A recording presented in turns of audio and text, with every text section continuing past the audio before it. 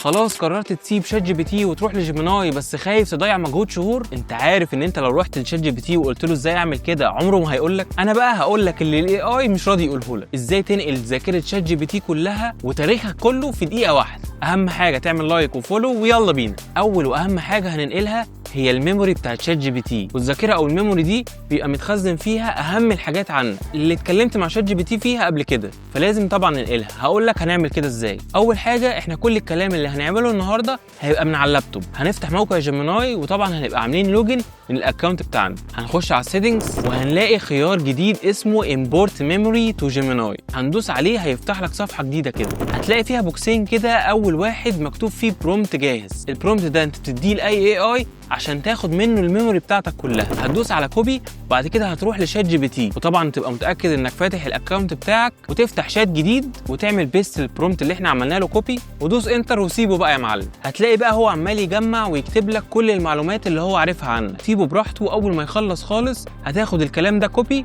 وهترجع لجيميناي. هتروح للبوكس التاني اللي كان فاضي ده، هتعمل فيه بيست للكلام اللي احنا خدناه من شات جي بي تي، وبعدين هتروح دايس على اد ميموري. كده يعتبر انت خدت الميموري خلاص من شات جي بي تي واديتها جيميناي.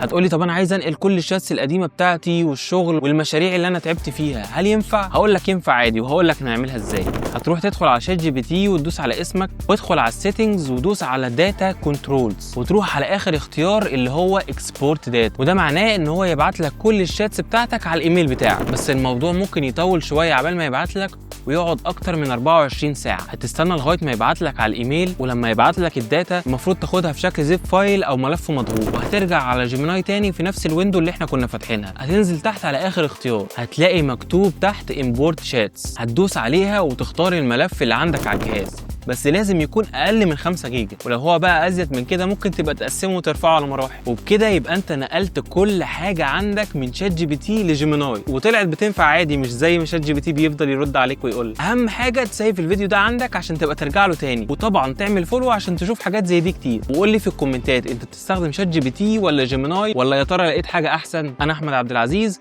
ودي لاندرويد. سلام. شكرا.